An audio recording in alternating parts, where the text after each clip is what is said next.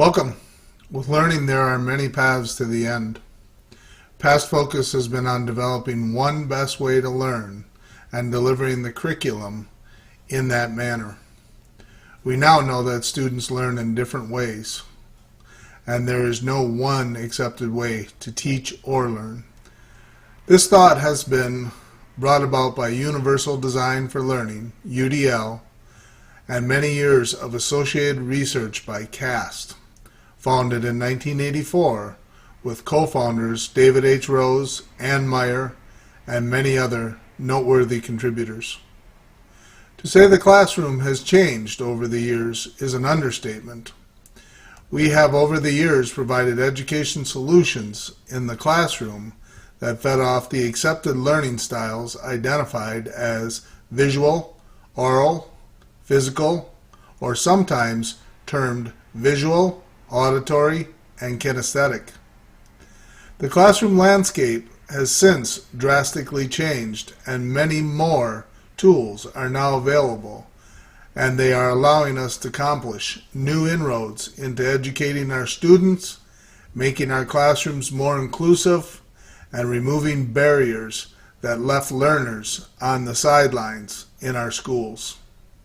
This presentation will cover the theory behind UDL and speak about how new classroom tools have made it possible to educate learners in new ways by teaching to their strengths and using technology to enhance the overall learning experience.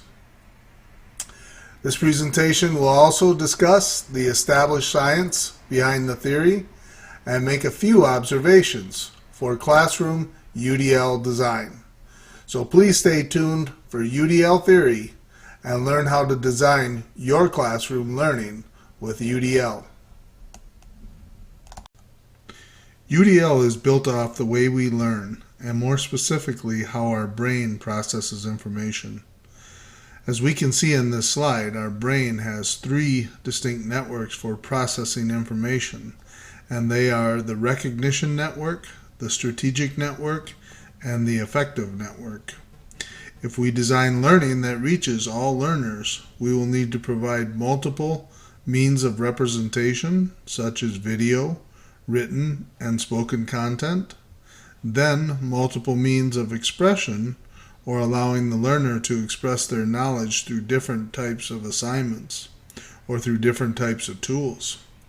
Finally, we need to provide multiple means of engagement, or possibly approaching the learners with varying interactions, such as computer, group, or individual work based on their preference. It is also through assessment that we determine the individual learner's preferred methods. This image shows the area in our brains and its corresponding function. An easier explanation of the brain networks would say that the recognition network is the what of learning, which alludes to subject or content. Then the strategic network focuses on the how of learning, or the processing function, and then we have the affective network that gives us the why of learning, or reasoning of the task. This slide lists other components to be effective in creating good UDL content.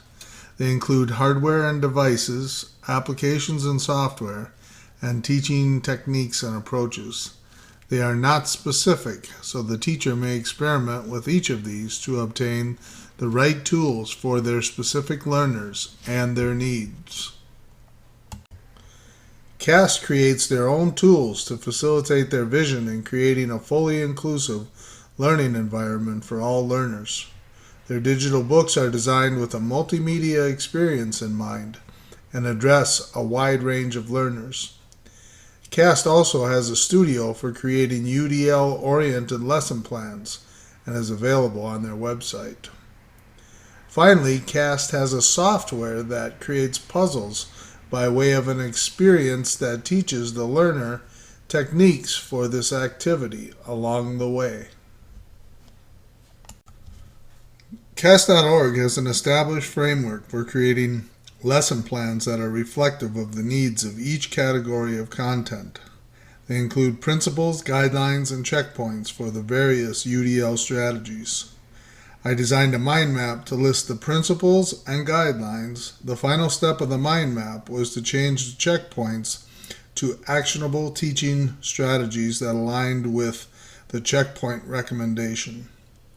Please obtain a join code for the Wiki Classroom mentioned in the opening video if you would like a copy of this mind map and many other UDL tools and materials.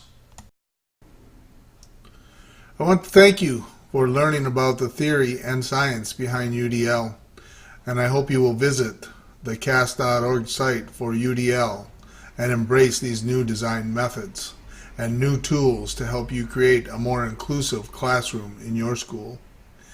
If you are interested in being part of the associated Wiki Classroom to support diverse learners in your school, please send an email request to jhermann0701@gmail.com, and I will send you a join code for the classroom. I hope you enjoyed this presentation, and thank you for your interest.